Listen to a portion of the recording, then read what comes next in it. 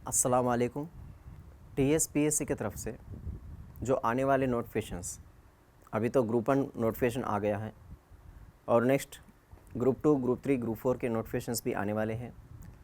ये नोटिफिकेशंस में दूर दूर से जो बच्चे रहते हैं पढ़ने के लिए जो कमी रहती, उनको यहाँ तक आकर पढ़ने के लिए भी सोर्सेस कम रहते, मटेरियल्स की भी कमी रहती।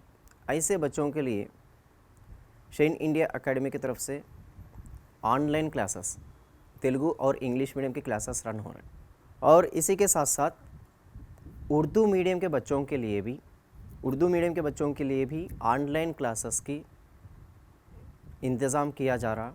ये इंतज़ाम करने के लिए हमको मौका दिए Shane India academy director sir Syed sir, उनके लिए हम शुक्रगुज़ार हैं। उर्दू मीडियम के बच्चों को जो मटेरियल की बुक्स की कमी रहती और किस तरीके से एग्ज़ाम प्रिपरेशन होना चाहिए, किस तरीके से एग्ज़ाम को अटेम्प्ट करना चाहिए, ऐसे बच्चों के लिए भी कुछ इंतज़ाम करने के लिए क्लासेस अपलोड कर रहे हैं।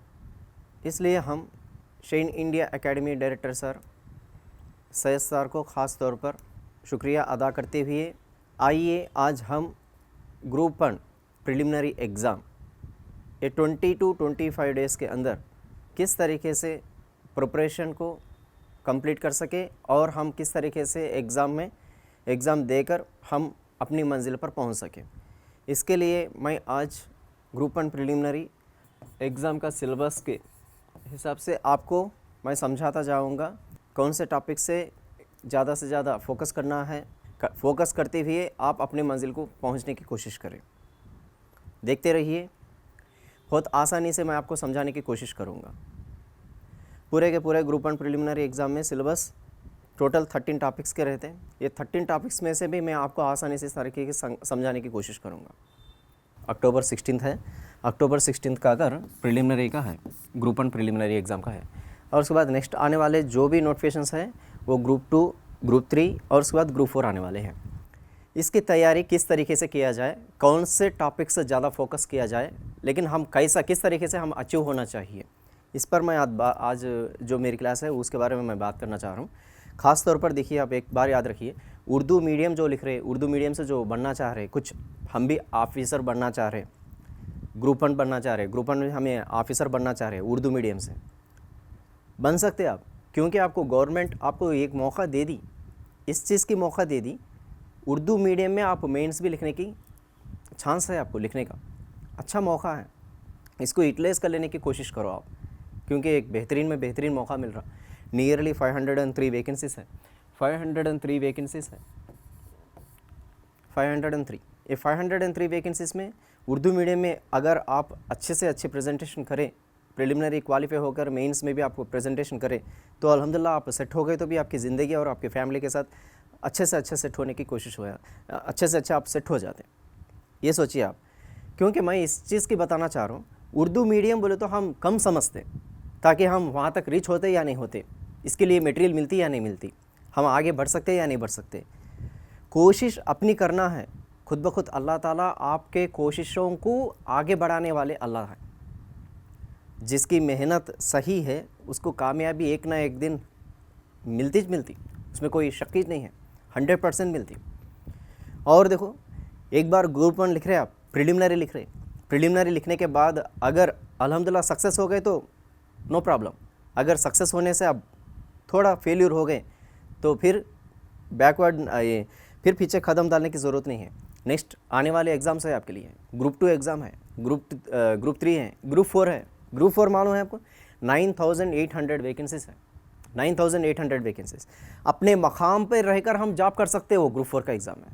अपने मकामी तौर पर जहाँ पर हम रखे वहीं पे, वो लोकेलिटी में, वही प्लेसों में हमें वहाँ पे रहकर हम जॉब कर सकते। इतना गोल्डन अपॉर्चुनिटी है आप लोगों के लिए।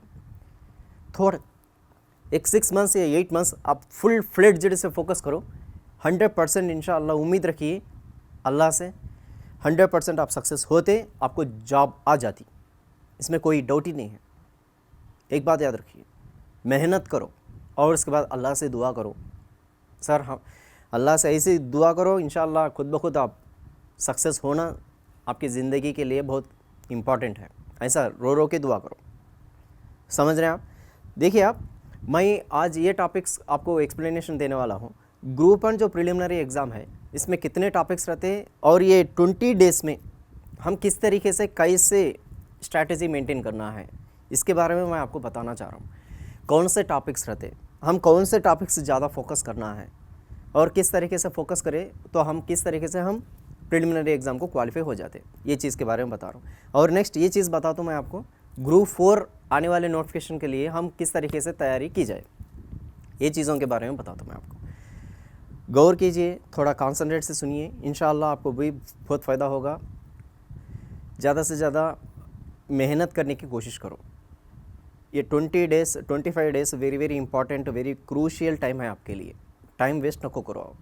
ये 25 डेज़ मैं बोल रहा हूँ, अल्लाह से उम्मीद रख कर बोल रहा हूँ, अगर सही मेहनत करें आप ये 25 दिन तो आपकी कामयाबी बन जाती, कामयाबी मिल जाती आपकी। बेशक अल्लाह ताला आपकी कामयाबी कर देते, इसमें कोई डाउट ही नहीं है। ये 25 डेज़ 25 डेज़ सही एफर्ट रखो, सही एफर्ट, ऐसी एफर्ट रखना ताकि उस एफर्ट रखते से उसमें आपकी कमज़ोरियाँ नहीं दिखना। सही एफर्ट रखो, इंशाअल्लाह हो जाता, क्वालिफाइड हो जाते आप ये 25 डेज़। तो सबसे पहले हम ये काम करेंगे, सिलेबस क्या चीज़ है वो सिलेबस को एक्सप्लेनेशन करते हुए हम किस तरीके से कौन से टॉपिक्स को फोकस करना है उसको देखेंगे, आपको ईजी से समझ में आ जाता। ठीक है, देखिए आप, फर्स्ट जो प्रिलिमिनरी एग्ज़ाम का है, प्रिलिमिनरी एग्ज़ाम के लिए फर्स्ट टॉपिक जो रहता करंट अफेयर्स। अच्छा, करंट अफेयर्स, ये करंट अफेयर्स के टॉपिक में बहुत सारे स्टूडेंट्स को ये डाउट रहता है कि करंट अफेयर्स कौन से मंथ से लेकर कौन से मंथ तक पढ़े, कौन से मंथ तक लेकर कौन से मंथ तक पढ़े, ये डाउट रहता। एक बात याद रखिए, जो भी एग्ज़ाम पैटर्न बनाते, जो भी पेपर बनाते, जो एग्ज़ाम के लिए ग्रुप 1 हो, ग्रुप 2 हो, ग्रुप 3 हो, कौन सा भी एग्ज़ाम ले लो, TSPSC से जो भी एग्ज़ाम पेपर बनाते, वो नोटिफिकेशन आने से लेकर जब आपका एग्ज़ामिनेशन डेट करीब आ रहा, यानी लगभग समझो कि एक 6 मंथ्स का करंट अफेयर्स पढ़े तो आप अल्हम्दुलिल्लाह करंट अफेयर्स के जो टॉपिक्स कवर कर ले सकते हैं। 6 months, minimum 6 months current affairs पढ़ने की कोशिश करो। 6 मंथ्स करंट अफेयर्स, ये 6 months current affairs very very important है। ये 6 मंथ्स के करंट अफेयर्स आप कवर कर लिए तो समझो कि 6 मंथ्स के करंट अफेयर्स में आप कंटेंट कंप्लीट कर ले सकते हैं। ये 6 मंथ्स के करंट अफेयर्स, ये 6 मंथ्स के करंट अफेयर्स भी स्पेशली कौन से मंथ से पढ़ रहे हैं आप, जून, और उसके बाद जुलाई, अगस्त, सितंबर, अक्टूबर ले लिए तो समझो कि यहाँ पे अगर हम मई भी ऐड कर लिए, मई का भी ऐड कर लिए, तकरीबन एक 6 मंथ्स के होते हैं। सर हमारे कोई 6 महीने करंट अफेयर्स पढ़ने का टाइम भी नहीं है, कैसा करें, क्या करें, कैसा रीच होना है, तो समझो कि आप जुलाई से ले लो, जुलाई, अगस्त, सितंबर, अक्टूबर, ये 4 मंथ्स के तो ले लो। अब प्रेजेंट मालूम है ना आपको, सदर का जो इलेक्शन हुआ, नायब सदर का इलेक्शन हुआ, वो किस तरीके से किया गया और उनके अपोजिशन लीडर कौन थे इलेक्शन चलते वक्त में, ये तो ख़ास तौर पर ये तो ज़रा थोड़ा फोकस करो करंट अफेयर्स में। मैक्सिमम ये फोकस करो नेशनल इवेंट्स क्या चीज़ है, नेशनल इवेंट्स और इंटरनेशनल के इश्यूज़ क्या चल रहे हैं, इंटरनेशनल के इश्यूज़ क्या चल रहे हैं, इसको फोकस करो करंट अफेयर्स में। समझ रहे हैं आप? जुलाई से लेकर अक्टूबर तक ये मिनिमम ये 4 मंथ्स, अगर आपको टाइम मिल गया अल्हम्दुलिल्लाह, हम जल्दी से जल्दी कंप्लीट कर लिए 4 मंथ्स की करंट अफेयर्स, तो समझो कि एक 2 मंथ्स ज़्यादा आगे ले लो, तो मई से पढ़ो, मई, जून, जुलाई, अगस्त, सितंबर, अक्टूबर, ये करंट अफेयर्स मिनिमम पढ़ने की कोशिश करो, क्योंकि हर एग्ज़ाम में, TSPSC के हर एग्ज़ाम में मैक्सिमम क्वेश्चन पूछता हूँ। समझो कि एक 15 क्वेश्चंस तो आते, मिनिमम 15 क्वेश्चंस तो लगते हैं, एटलीस्ट लिस्ट में 15 क्वेश्चंस तो लगते हैं। तो कौन से मैगज़ीन पढ़ना है, कौन से मैगज़ीन्स अवेलेबल में है, देखिए अगर तेलुगु समझ में आती आपको तो अल्हम्दुलिल्लाह हमारे शेन इंडिया की मैगज़ीन ही है, शेन इंडिया मंथली मैगज़ीन है। मैक्सिमम जितने एग्ज़ाम्स आ रहे TSPSC से, हर एग्ज़ाम में शेन इंडिया के मैगज़ीन से हर क्वेश्चन टच हो रहा, मैक्सिमम टच हो रहा है, क्वेश्चंस बाहर ही नहीं जा रहे, मैक्सिमम टच होते जा रहे हैं।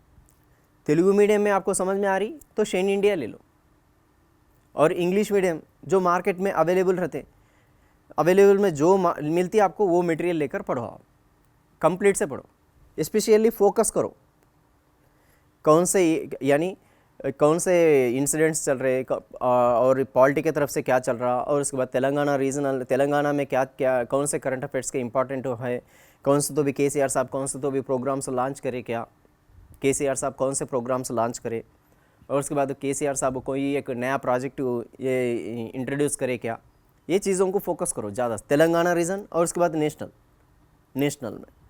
और कोई इश्यूज़ चले, इंटरनेशनल इश्यूज़ हो या नहीं बोले तो इंटरनेशनल इवेंट्स चले।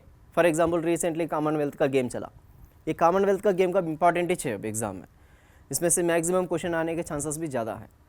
तो मैं ये बात बताना चाह रहा हूँ आपको, करंट अफेयर्स मैक्सिमम 6 मंथ्स के करंट अफेयर्स फोकस करो, इससे आपको 2 टॉपिक्स कंप्लीट होते, समझ रहे ना आप।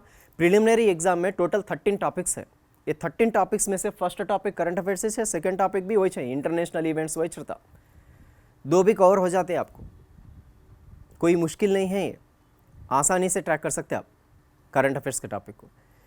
देखो डायरेक्टली क्वेश्चन पूछता, डायरेक्टली क्वेश्चन करंट अफेयर्स के लंबे ज़्यादा लेंथी क्वेश्चंस देकर आंसर्स पूछने का नहीं रहता, और उसके बाद फिर 4 ऑप्शंस देके फिर उसमें से 4 ऑप्शंस को आप आंसर्स ढूंढना ज़रूरी है, ऐसे नहीं रहती। क्वेश्चन रहता, आंसर रहता, उसमें कोई मुश्किल ही नहीं रहती। करंट अफेयर्स टॉपिक आसानी से आप रीच हो सकते हो उसके लिए। तो मैं ये बोल रहा हूँ आपको, करंट अफेयर्स पढ़ो, current affairs very very important है, ये टॉपिक इंपॉर्टेंट है करंट अफेयर्स का। और नेक्स्ट जो टॉपिक रहती general science, science and technology. General science और साइंस एंड टेक्नोलॉजी, हम समझते हैं कि जनरल साइंस क्या है। जनरल साइंस जनरल से एक्चुअल से हमें 10th क्लास स्टैंडर्ड तक पढ़े रहते, जैसा कि फिज़िक्स, केमिस्ट्री, बायोलॉजी, उसी तरीके से हमारे जितना आइडिया रहता वो फिज़िक्स रहती, और उसके बाद केमिस्ट्री रहता, और उसके बाद बायोलॉजी रहती, यही समझते हैं साइंस हम। जनरल से हाई एज है साइंस, जनरल साइंस एज है, लेकिन science and technology total different है। अब ट्रेंड चेंज कर रहा हूँ, जनरल साइंस बोले तो क्या कर रहा, क्या नहीं, किसके तरफ जा रहा, फिजिक्स है, फिजिक्स कंटेंट ले रहे आप, फिजिक्स टाइम कम है, आप ज़्यादा से ज़्यादा फोकस नहीं कर सकते, तो इंपॉर्टेंट फोकस कर लो, इंपॉर्टेंट एरियाज़ की तरफ चलिए, जैसा कि हीट है लेसन, और उसके बाद लाइट है, नूर बोलते ना लेसन को ये, और उसके बाद हरारत, और उसके बाद साउंड, आवाज़। ये लेसन्स में से ज़्यादा एप्लीकेशंस पढ़ो, एप्लीकेशंस, कोई एप्लीकेशन लेकर एप्लीकेशन पढ़ने की कोशिश करो, एप्लीकेशन वे में पढ़ने की कोशिश करो आप। फिज़िक्स के जो टॉपिक्स रहते हैं एप्लीकेशन में जाना है। और केमिस्ट्री ले लिए तो केमिस्ट्री में प्रोसेस कैसा रहता बोले तो इसमें chemical names, chemical compounds, chemical names पूछता, केमिकल नेम्स। और बायोलॉजी ले लिए तो बायोलॉजी में जनरल से आमतौर पर हर एग्जाम में मैक्सिमम पूछने के चांसेस जो रहता वो विटामिन्स टॉपिक रहता, विटामिन्स रहता। और उसके बाद दूसरा आकर हार्मोन्स यानी एंडोक्राइनल सिस्टम बोलते हैं ना, एंडोक्राइनल सिस्टम। और उसके बाद नर्वस सिस्टम, और उसके बाद सर्कुलेटरी सिस्टम। विटामिन्स है, हार्मोन्स है, नर्वस सिस्टम है, सर्कुलेटरी सिस्टम है, और उसके बाद ये very very important topic diseases है। डिसीजेस ये मिनिमम पूछता है, मैक्सिमम पूछने के चांसेस होते हैं।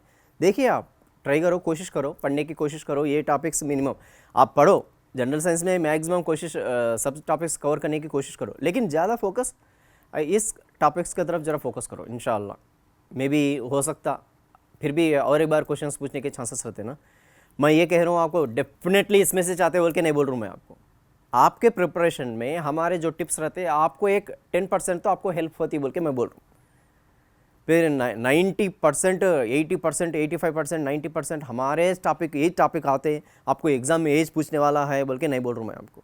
मैं ये कहना चाह रहा हूँ आपके प्रिपरेशन में आपको डर चले जाए, आप आसानी से कामयाबी हो जाए, ये समझाने की कोशिश कर रहा हूँ मैं।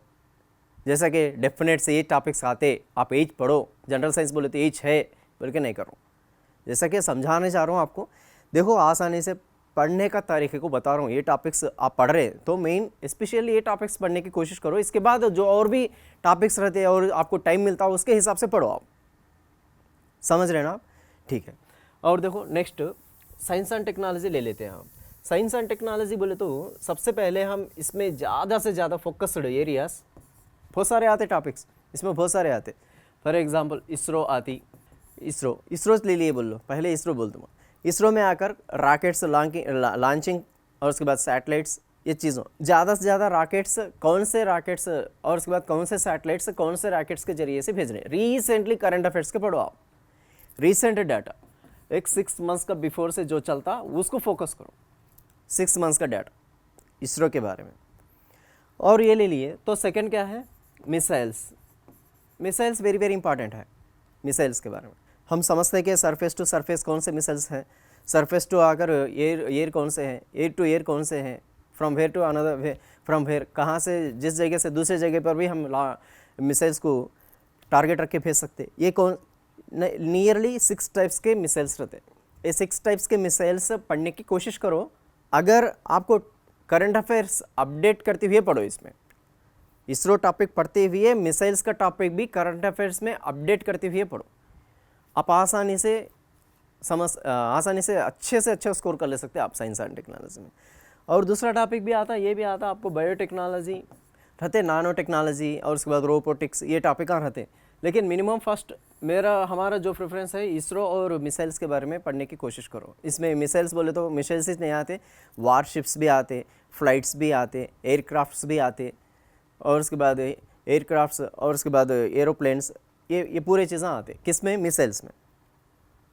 मिसाइल्स की बात बोल रहा हूँ। डिफेंस भी इसमें आ जाता आपको, डिफेंस DRDO टॉपिक भी इसमें आ जाता। ये टॉपिक्स फोकस करने की कोशिश करो आप साइंस एंड टेक्नोलॉजी में, ठीक है, साइंस एंड टेक्नोलॉजी। और नेक्स्ट जो टॉपिक आती, नेक्स्ट करंट अफेयर्स और उसके बाद जनरल साइंस और उसके बाद साइंस एंड टेक्नोलॉजी और उसके बाद economic and social development. Economic and social development, ये इकोनॉमिक एंड सोशल डेवलपमेंट में ज़्यादा से ज़्यादा इकोनॉमिक सर्वे जैसा रहता। और उसके साथ साथ आप इकोनॉमी को पढ़ना चाहे तो मे भी पढ़ ले सकते हो, उसमें थोड़े इंपॉर्टेंट टॉपिक्स तो रहते हैं इसमें इकोनॉमिक एंड सोशल डेवलपमेंट में। इसके साथ साथ क्या करो आप, एक्स्ट्रा और भी पढ़ना है तो इसमें पढ़ने के टॉपिक्स कौन से रहते हैं स्पेशली बोले तो आपको देखो अनएम्प्लॉयमेंट आती, इसमें हर एग्जाम में पूछ रहा अनएम्प्लॉयमेंट, टाइप्स ऑफ अनएम्प्लॉयमेंट्स पूछ रहा, बेरोजगारी, टाइप्स ऑफ बेरोजगारी के पूछ रहा, कितने किस्म के है बेरोजगारी पूछ रहा, और उसके बाद गरीबी, पावर्टी, टाइप्स ऑफ पावर्टी, और उसके बाद इन्फ्लेशन, और उसके बाद बैंकिंग, और उसके बाद 5 ईयर प्लानिंग। ये टॉपिक से ज़्यादा फोकस करने के चांसेस है। हर एग्ज़ाम में मैक्सिमम इकोनॉमी ले लिए तो हमें एग्ज़ाम में मैक्सिमम चांसेस रहते हैं क्वेश्चन आने के। और उसके बाद आपको मिली तो क्या करो आप, इकोनॉमिक जो सर्वे रहती रिसेंट डाटा देखो, बजट आता आपको 2022-23 बजट आती। अगर सर्वे ले लिए तो हमारे को सर्वे कैसा रहता, 2021-22 का सर्वे रहता, इकोनॉमिक सर्वे ऐसा रहता। अब बजट जो भी रखे 2022 और 23 के बीच में रखते, और उसके बाद जो ये सर्वे रहता 2021-22 का रहता। इसके बेस पर पढ़ने की कोशिश करो आप बजट। अगर बजट पढ़ना चाहे तो ज़्यादा से ज़्यादा फोकस्ड तेलंगाना का ज़्यादा फोकस करो, क्या क्या कौन से चीज़ पर कितना खर्चा कर रहे हैं, आपको टाइम मिला तो मे भी टाइम है, देखिए आप जैसा टाइम कन्वीनियंट है वैसा पढ़ो। मैं आखिर में फिर बोलता हूँ मैं किस तरीके से इसको और भी आसानी तरीके से समझाने की कोशिश करता हूँ मैं आपको, कौन से टॉपिक से ज़्यादा फोकस करना है बोल के।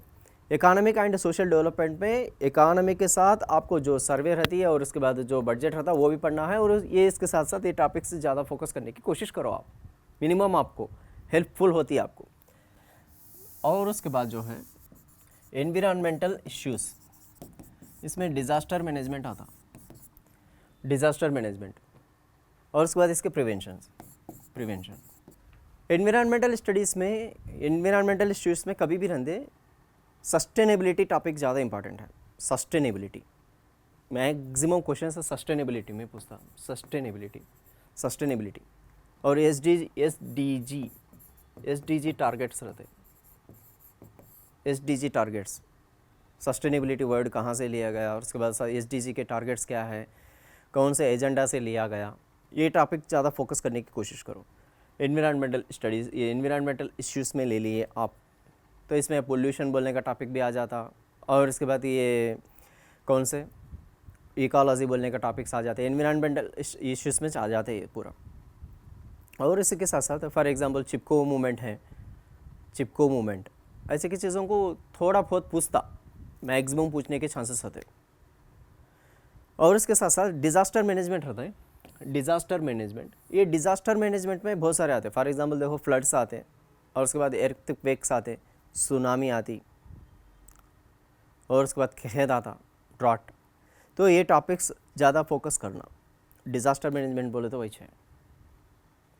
हमें जैसा कि इंटरमीडिएट टेक्स्ट बुक्स में रहते, थोड़े 10th क्लास टेक्स्ट बुक्स में रहते, इस स्कूल लेवल के बुक्स में रहते नहीं बोले तो आप NCERT कोई मटेरियल ले लिए, कौन सा तो एक टेक्स्ट बुक ले लिए, यानी बोले तो एकेडमिक टेक्स्ट बुक यानी इंटरमीडिएट का ले लिए, तो उसके हिसाब से आप पढ़ सकते हो उसको। एनवायरमेंटल स्टडीज़ और डिज़ास्टर मैनेजमेंट, ये कंटेंट पढ़ सकते हैं आप। तो इसमें से अच्छा ईजी से स्कोर कर लेने का एरिया है, अच्छा ईजी से, क्योंकि टॉपिक्स कम रहते, स्कोर अच्छा कर ले सकते हैं आप। टॉपिक्स कम रहते, ज़्यादा लेंथी सब्जेक्ट नहीं रहती है। अगर हम जियोग्राफी से कंपेयर करें तो इसका टॉपिक का कंटेंट बहुत कम है, अच्छा पढ़ सकते हैं आप, आराम से स्कोर कर ले सकते हैं। एनवायरमेंटल इश्यूज़ और डिज़ास्टर मैनेजमेंट में स्कोर अच्छा कर लेने के चांसेस हैं। और उसके बाद नेक्स्ट आता है आपको जियोग्राफी टॉपिक देखेंगे। जियोग्राफी क्या चीज़ है? जियोग्राफी में पूरा दे दिया। फॉर एग्जांपल इसमें वर्ल्ड का दे दिया, और उसके बाद इंडिया का दे दिया, और उसके बाद तेलंगाना का भी दे दिया, तेलंगाना का भी दे दिया, 3 भी दे दिया, वर्ल्ड, इंडिया और तेलंगाना। ये लेंथी सब्जेक्ट है। अब इसमें से कितने मार्क्स आते वो नहीं बोल सकते। मैं यही बोलना चाह रहा हूँ मैं आपसे, टॉपिक्स ज़्यादा रहते, वो टॉपिक्स देख के हिफाजत से पढ़ो, कंटेंट हिफाजत से पढ़ो। मिल गई आपको, ज्योग्राफी पढ़ रहे, इंडियन ज्योग्राफी एक 10 डेज़ पढ़ रहे, तेलंगाना पढ़ रहे 10 डेज़, हो गए ख़त्म, टाइम ही हो गया। आप क्या लिखते हैं आप? ये चीज़ नहीं है।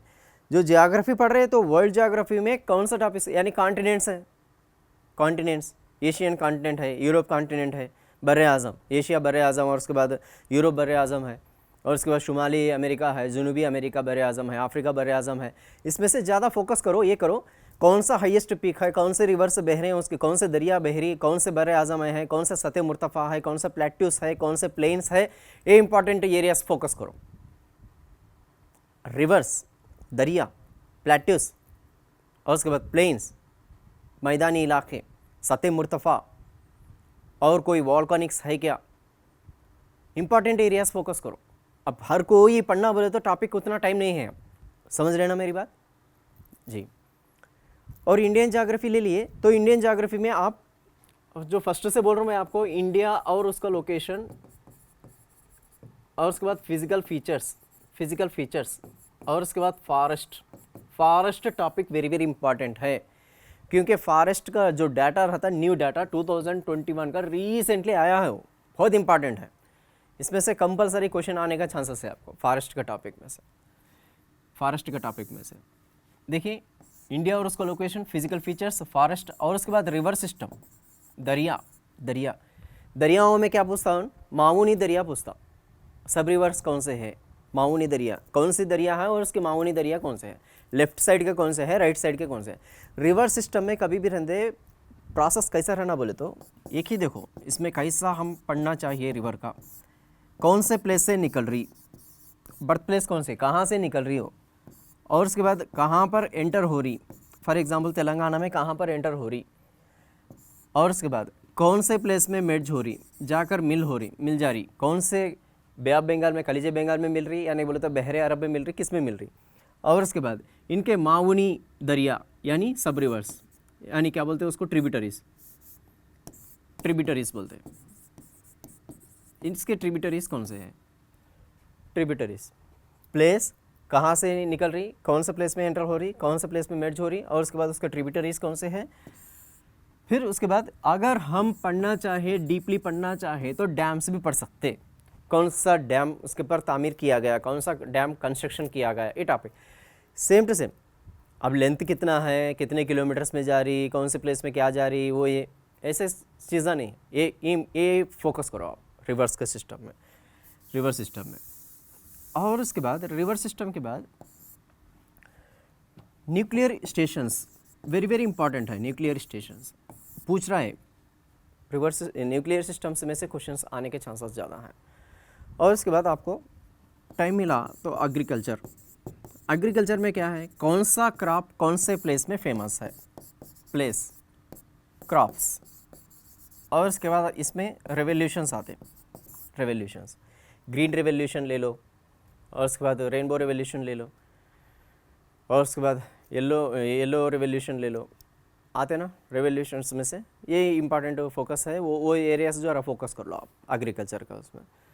और उसके बाद ट्रांसपोर्ट सिस्टम, रोडवेज हो, चाहे वो ज़मीनी तौर पर रोडवेज है, और उसके बाद वाटरवेज है, और उसके बाद रेलवेज है, ये चीज़ों को, एयरवेज है, ये चीज़ों को ज़्यादा फोकस करने की कोशिश करो।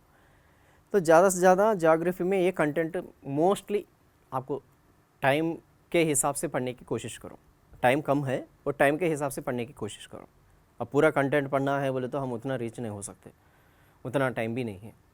आपको मालूम है 1:50 में निकालता आपका, अगर 1:50 निकाल रहा बोले तो 503 है वैकेंसीज। ये 503 में 550, एक पोस्ट को 50 मेंबर्स को निकाल रहा बोले तो 503 को लगभग 25,000 बच्चे प्रीलिम्स में क्वालिफाई होना है। 25,000 बच्चों को क्वालिफाई करना हो, अगर 1:50 ले लिए तो। अगर वही चेपी ले लिए तो 1:15 लेते रेशियो। देखना है आप कैसे कि कौन से रेशियो में लेते हैं। तो इसलिए टेंशन ही नहीं है, आराम से प्रिलिमिनरी क्वालिफाई होते आप।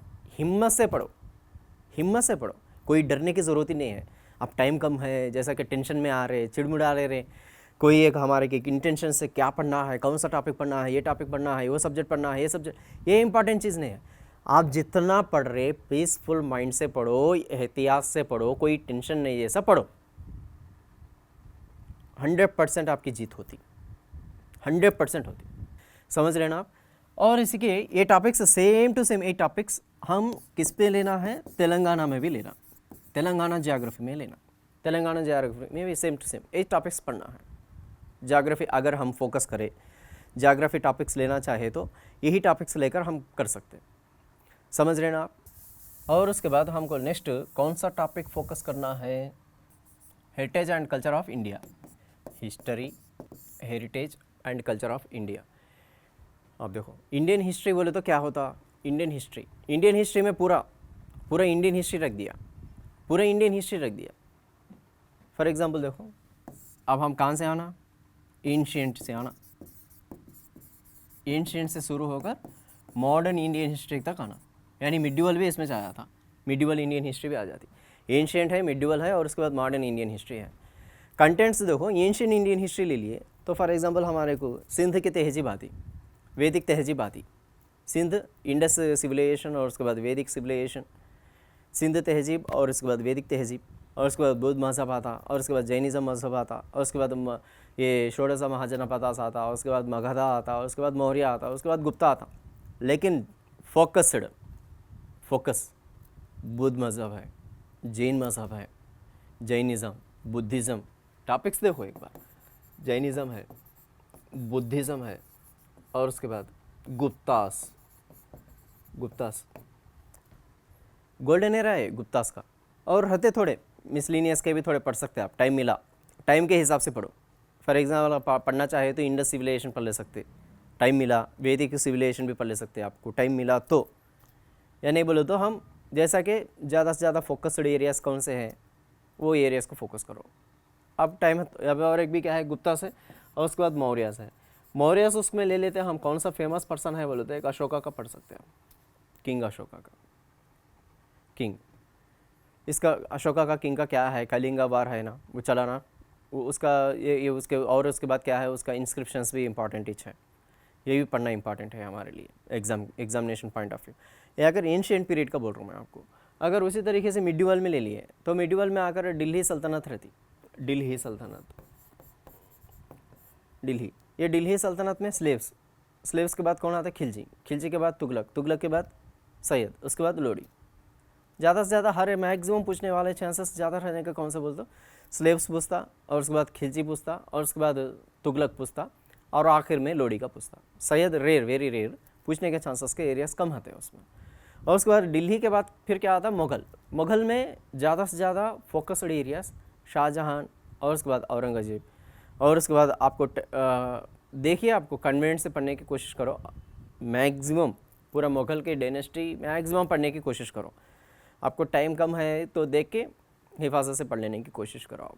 भक्ति मूवमेंट तो ये चीज़ों को फोकस करो। अब मॉडर्न इंडियन हिस्ट्री ले लिए, तो मॉडर्न इंडियन हिस्ट्री में पूरा फर्स्ट जो यूरोपियंस के जो आते, यूरोपियंस के जो ऑर्डर आती सीक्वेंस, कौन आया यूरोपियन कंट्री से कौन से आए थे, पुर्तगाल से आए, और उसके बाद डेन से आए, डच से आए, और उसके बाद फ्रांस से आए, और उसके बाद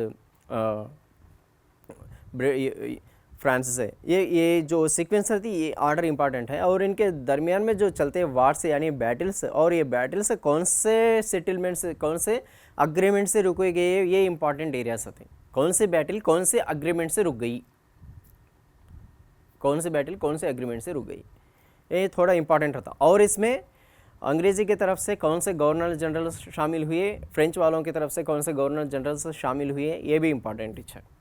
और उसके बाद सिपाही म्यूटिनी यानी सिपाहियों की बगावत, ये इंपॉर्टेंट टॉपिक है। सिपाहियों की बगावत में प्लेसेस याद रखो आप, झांसी में कौन थे, और उनको झांसी में कौन रोके गए, कौन से ब्रिटिश ऑफिसर्स था उनको रोकने के लिए, किसको भेजा गया ब्रिटिशर्स की तरफ से, ये एरियाज फोकस करो। और उसके बाद मॉडर्न इंडियन हिस्ट्री में फोकस्ड नेशनल मूवमेंट ज़्यादा पढ़ो। National movement very very important है। नेशनल मूवमेंट इंपॉर्टेंट है।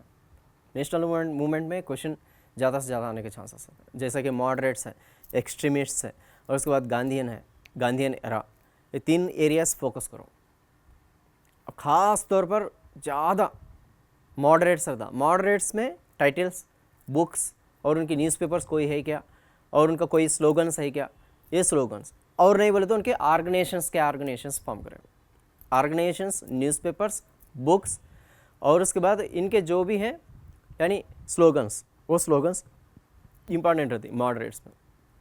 एक्सट्रीमिस्ट्स में सेम रहता, लेकिन इनके दौर में थोड़े इंसिडेंट्स चले रहते, वो इंसिडेंट्स फोकस करो। और उसके बाद जो गांधीयन का एरा आता है, गांधीयन का एरा इंपॉर्टेंट ही चाहता, गांधीयन का एरा कंपलसरी इंपॉर्टेंट, क्योंकि 1915 में आ जाते ना उन्होंने, आने के बाद से वहाँ से कब तक 1940 हमारे इंडिपेंडेंस आई तक उनका की रोल रहता, उसके लिए उनका पढ़ना ज़रूरी है हमारे लिए, गांधीयन एरा। और यहाँ पर क्या करना है आपको, कल्चर और हेरिटेज में पूछ रहा बोले तो मैक्सिमम आर्किटेक्ट की तरफ तो चले जाता, आर्किटेक्ट यानी आर्किटेक्चर, और उसके बाद कल्चर क्या था, कल्चर में ज़्यादा से ज़्यादा मिडिवल इंडियन हिस्ट्री में कल्चर ज़्यादा आया, मिडिवल इंडियन हिस्ट्री।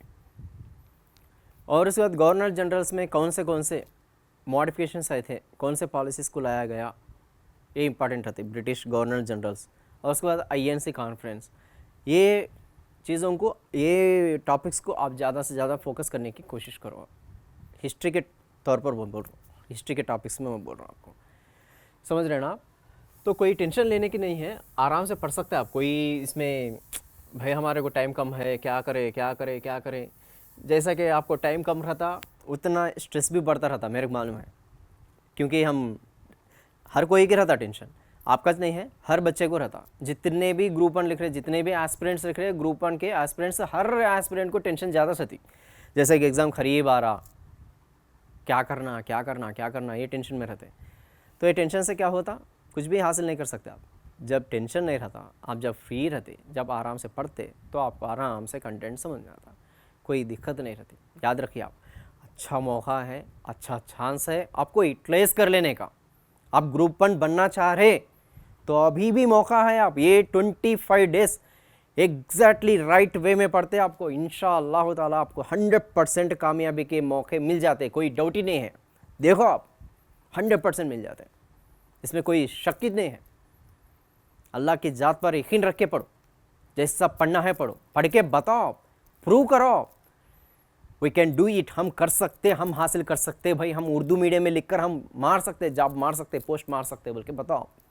एक बार मिलता हर कोई को, एक बार मिलता मौका। नेक्स्ट टॉपिक जो रहती इंडियन कॉन्स्टिट्यूशन यानी इंडियन पॉलिटी। अब इसमें से आपको हमारा पब्लिक गवर्नेंस भी आता, public governance, Indian constitution, polity, public governance, ये 2 टॉपिक्स मिलकर मैं एक ही टॉपिक में समझाने की कोशिश कर रहा हूँ आपको।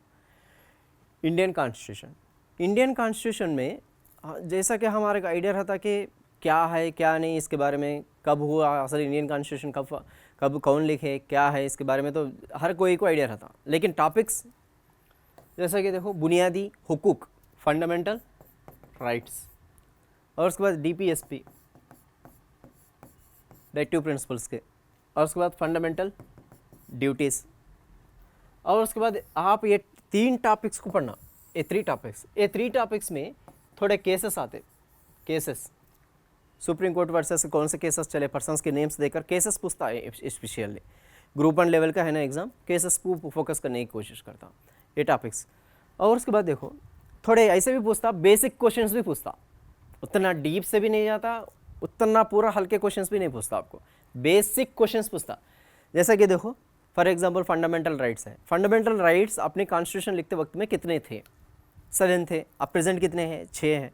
फंडामेंटल ड्यूटीज़ स्टार्टिंग में कितने थे, फंडामेंटल ड्यूटीज़ 10 थे, लेकिन आप प्रेजेंट कितने हैं, 11 हैं, एक बढ़ा दिए। समझ रहे ना आप? इसके वे में यानी मैं ये कहना चाह रहा हूँ आपको, बेसिक भी पूछ सकता, या नहीं बोले तो उतना डीप से भी जाने के चांसेस रहते, इसमें नहीं जाते बोल के नहीं, पूछने के चांसेस रहते। और इसी के साथ साथ देखो और एक चीज़ याद रखो आप, सेंट्रल गवर्नमेंट यानी मरकज़ी हुकूमत आप पढ़ रहे तो आप रियाजी हुकूमत भी पढ़ना, रियासती हुकूमत भी पढ़ना है, रियासती हुकूमत, स्टेट गवर्नमेंट के बारे में पढ़ना, सेंट्रल गवर्नमेंट के साथ स्टेट गवर्नमेंट भी पढ़ना, ये भी इंपॉर्टेंट चीज़ है आपके लिए। कंपेयर करो, फॉर एग्जांपल इधर आकर लोकसभा रहती और राज्यसभा रहता, इधर आकर विधानसभा रहता, विधान परिषद थोड़े स्टेट्स में रहता, थोड़े स्टेट्स में नहीं रहता, और इधर तरफ स्पीकर रहता लोकसभा में, इधर असेंबली में भी स्पीकर रहता, उसके क्या रहता, इसका स्पेशल फीचर्स, इसके कैरेक्टरिस्टिक्स क्या रहते, इसके बारे में पढ़ो। जैसे कि सेंट्रल गवर्नमेंट में सदर रहता, जैसे कि स्टेट में गवर्नर रहता। हर कोई ये सब, हर जितने आर्टिकल्स आते अपने कॉन्स्टिट्यूशन में, पूरे आर्टिकल्स पढ़ने की जरूरत नहीं रहती, थोड़े जो आपको इंपॉर्टेंट के जैसा दिखता। अटॉर्नी जनरल है, अटॉर्नी जनरल का आर्टिकल क्या है, 76 है। काग है, कंट्रोलर एंड ऑडिटर जनरल का क्या है, 148 है। जो मैं ये कहना चाह रहा हूँ आपको, इंपॉर्टेंट जो फोकस्ड एरियाज रहता, वो फोकस्ड के जो आर्टिकल्स रहते वो पढ़ो, लेकिन कंटेंट अंडरस्टैंड कर लो आप, कंटेंट इंपॉर्टेंट रहती। सेंट्रल गवर्नमेंट में जो भी है, फॉर एग्जांपल प्राइम मिनिस्टर का रहता, प्राइम मिनिस्टर का रोल क्या चीज़ है, कैबिनेट का क्या रोल है, पार्लियामेंट की क्या रोल है। कंटेंट अच्छा पढ़ो, कॉन्सेप्ट ओरिएंटेड पढ़ो, रट्टे के तौर पर नको पढ़ो, जैसे कि बाय हार्ट मेथड बोलते हैं ना, वो चीज़ काम नहीं आती यहाँ पे। अंडरस्टैंडिंग वेरी वेरी इंपॉर्टेंट है। जो कंटेंट आप अंडरस्टैंड कर लेते हैं, वो कंटेंट के अंडरस्टैंडिंग से पढ़ना इंपॉर्टेंट है। समझ कर लेके पढ़ने की कोशिश करो आप, समझे। और उसके बाद देखो कॉन्स्टिट्यूशनल बॉडीज़ भी पढ़ने की कोशिश करो। कॉन्स्टिट्यूशनल बॉडीज़ फॉर एग्जांपल अब हम ये देखें कौन से कॉन्स्टिट्यूशनल बॉडीज़ में से आते हैं। SC कमीशन है, ST कमीशन है, BC कमीशन है, थोड़े कमीशंस आते हैं ना, वो कमीशंस ये मैक्सिमम पढ़ने की कोशिश करो। और उसके बाद 73 और 74 अमेंडमेंट एक्ट्स, यानी पंचायत राज सिस्टम का 2 टायर सिस्टम और 3 tier system, rural and urban, देहाती तौर पर और सिटी के तौर पर, ये चीज़ों को ज़्यादा फोकस करने की कोशिश करो। और उसके बाद थोड़े पॉलिसीज आते हैं SC के लोगों के लिए, ST के लोगों के लिए, कौन से पॉलिसीज़ को इम्प्लीमेंट कर रही, ये चीज़ें ज़रा फोकस कर लिए तो इंशाल्लाह अच्छा स्कोर का लेने के चांसेस आते हैं आपको इंडियन कॉन्स्टिट्यूशन में। मैं अभी बोल रहा हूँ आपको फोकस्ड एरिया चाहिए, मैक्सिमम फोकस करने की कोशिश करो। फंडामेंटल राइट्स बोलते हैं, DPSP बोलते हैं, और उसके बाद फंडामेंटल ड्यूटीज़ बोलते हैं, सेंट्रल गवर्नमेंट बोलते हैं, स्टेट गवर्नमेंट बोलते हैं, ये चीज़ों को ज़्यादा फोकस करने की कोशिश करो। 73-74 अमेंडमेंट एक्ट्स बनने की कोशिश करो, थोड़ा मेहनत कर लो, इंशाल्लाह आपकी 30 ईयर्स की ज़िंदगी जो भी है, जितना एज रहता आपको अभी, उतना वो एज की ज़िंदगी आपकी हैप्पी से रह सकते आप, जैसा ज़िंदगी गुजारना चाहे वैसा ज़िंदगी गुजार सकते हैं। ये 25 डेज़ की मेहनत आपकी 30 ईयर्स की मेहनत के सुकून की ज़िंदगी देने वाला है। ये 25 डेज़ की जो मेहनत है, ज़रा उसका ख्याल करिए आप, ठीक है। और उसके बाद देखो नेक्स्ट जो कंटेंट आता, पॉलिसीज इन तेलंगाना स्टेट, और उसके बाद तेलंगाना स्टेट के हेरिटेज पूछा, कल्चर पूछा, हेरिटेज कल्चर ये पूछ रहा। पॉलिसीज़ में तेलंगाना स्टेट के KCR साहब, यानी तो कौन से भी केसीआर साहब और उसके साथ साथ दूसरे कौन से लॉन्च करे प्रोग्राम्स को, वो ज़रा फोकस करो आप तेलंगाना स्टेट में। रिसेंटली डाटा ले लो, रिसेंटली डाटा। अगर नहीं हम पढ़ सकते सर बोले तो, फॉर एग्जांपल कब से गवर्नमेंट है, नियरली 2014 से है। 2014 से लेकर अब तक यानी 2022 तक, यानी कब तक वो भी, यानी सितंबर तक, 2022 सितंबर तक, 2022 सितंबर तक जितने पॉलिसीज, जितने प्रोग्राम्स लॉन्च किया गया तेलंगाना स्टेट में, वो पूरे प्रोग्राम्स पढ़ने की कोशिश करो, मैक्सिमम पढ़ने की कोशिश करो। लेकिन कंपेयरिंग मेथड इंपॉर्टेंट है। जैसा कि देखो फॉर एग्जांपल एग्रीकल्चर ले लिए, एग्रीकल्चर में कौन से पॉलिसीज लाया गया, इरिगेशन है, इरिगेशन में कौन से पॉलिसीज लाया गया, और उसके बाद पावर्टी है, पावर्टी में कौन से पॉलिसीज लाया गया, जैसे कि अनएम्प्लॉयमेंट है, जैसा अनएम्प्लॉयमेंट में कौन से, बेरोज़गारी में कौन से पॉलिसीज लाया गया, और उसके बाद पेंशन्स देने के मेथड्स कौन से, कितने लोगों को पेंशन्स दे रहे हैं पॉलिसीज में से, ये ज़रा फोकस करो। जैसा कि मिशन काकतीय बोल के है, mission Bhagiratha, mission Kakatiya, mission Bhagiratha, ये है ना, थोड़ा आपको ये ज़रा फोकस करने की कोशिश करो। केसीआर किट बोल के बोलते, केसीआर किट बोले तो अब बच्चा पैदा हुआ तो उसको कितने देते, और औरत बच्चे पैदा हुई तो उनके लिए कितने देते पैसे। ज़रा कंपेयरिंग प्रोसेस में पढ़ने की कोशिश करो, कंपेयरिंग प्रोसेस में पढ़ने की कोशिश करो पॉलिसीज़ में 2014 से लेकर 2022, यानी ये भी स्कोरिंग कंटेंट ही है, ईजी से स्कोर कर ले सकते हैं आप, ईजी से स्कोर कर ले सकते हैं, अच्छे से अच्छा स्कोर कर लेने के चांसेस हैं पॉलिसीज़ में। और नेक्स्ट जो टॉपिक रहती है Telangana history culture heritage, history culture heritage, ये है। अगर हिस्ट्री ले लिए तो ज़्यादा से ज़्यादा शातवाहना, और उसके बाद इक्ष्वाका, और उसके बाद काकतीय,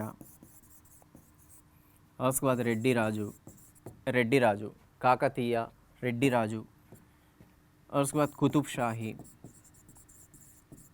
और उसके बाद आसफ जाही। ये मैक्सिमम ये फोकस करो, ये एरियाज़ को फोकस करो हिस्ट्री में। अगर नहीं सर और भी हमारे को टाइम, ये तो हम पढ़ लिए, हमारा ये कंटेंट हो गया था, और भी कुछ बोलते क्या, पढ़ो और भी कुछ, कोई टॉपिक्स पढ़ो आप, टाइम है बोले तो पढ़ सकते हैं आप, लेकिन ज़रा फोकस करो एरियाज़ की तरफ। लेकिन हर एरिया में देखो, शातवाहना से लेकर आपको रेड्डी राजुल तक भी जो भी रहते, इंस्क्रिप्शंस पढ़ो, बुक्स पढ़ो, इंस्क्रिप्शंस बुक्स पढ़ो, थोड़ा इंपॉर्टेंट जो रहता वो ज़रा फोकस करने की कोशिश करो। फर्स्ट तो कंटेंट ये है, बेसिक कॉन्सेप्ट पढ़ने की कोशिश करो।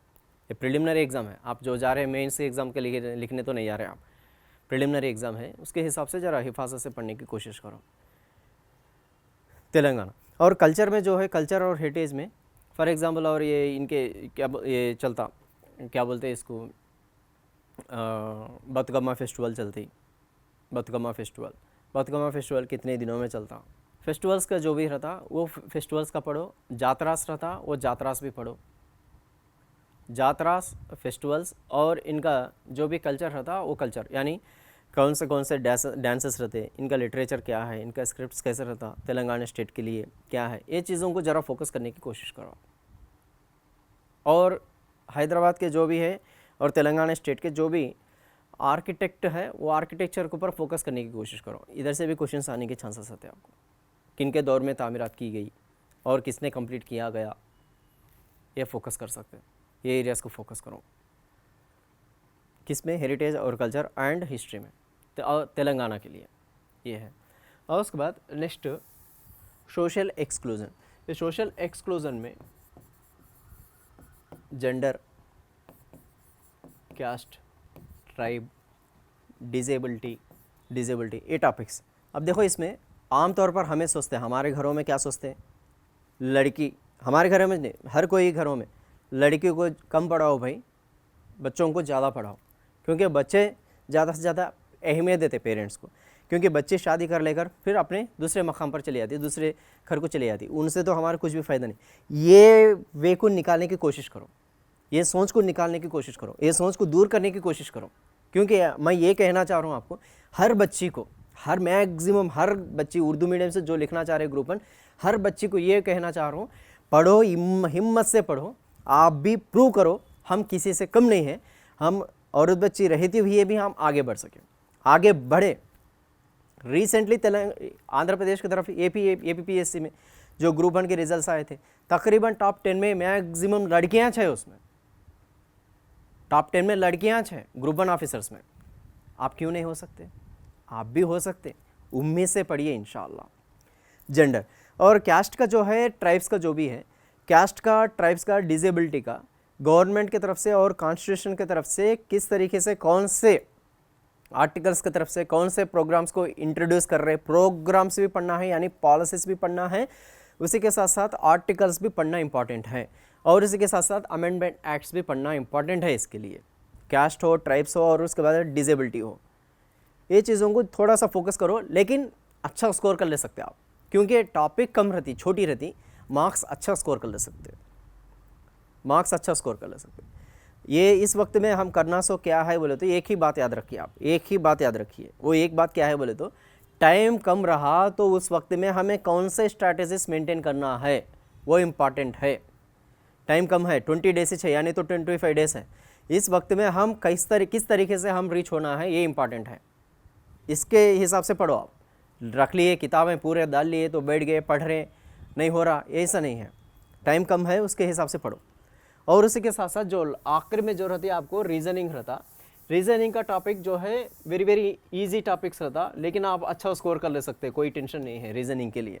फॉर एग्जांपल कैलेंडर रहता, और उसके बाद कोडिंग डिकोडिंग रहती, और उसके बाद एजेस रहता, और उसके बाद ब्लड रिलेशंस के।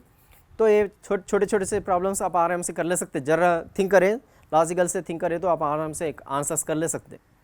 इसके हिसाब से पढ़ो, जो टाइम है वो टाइम के हिसाब से पढ़ने की कोशिश करो, ज़रा सोच समझ के। ये टाइम भी 25 डेज है, कोई माइंड डाइवर्ट नहीं हुई, ऐसा पढ़ने की कोशिश करो। आप भी इंशाल्लाह प्रिलिमिनरी क्वालिफाई होने की कोशिश करो, और इंशाल्लाह मेंस की तैयारी भी इंशाल्लाह आपकी भरपूरी से निकलती कामयाबी हो सकते हैं आप।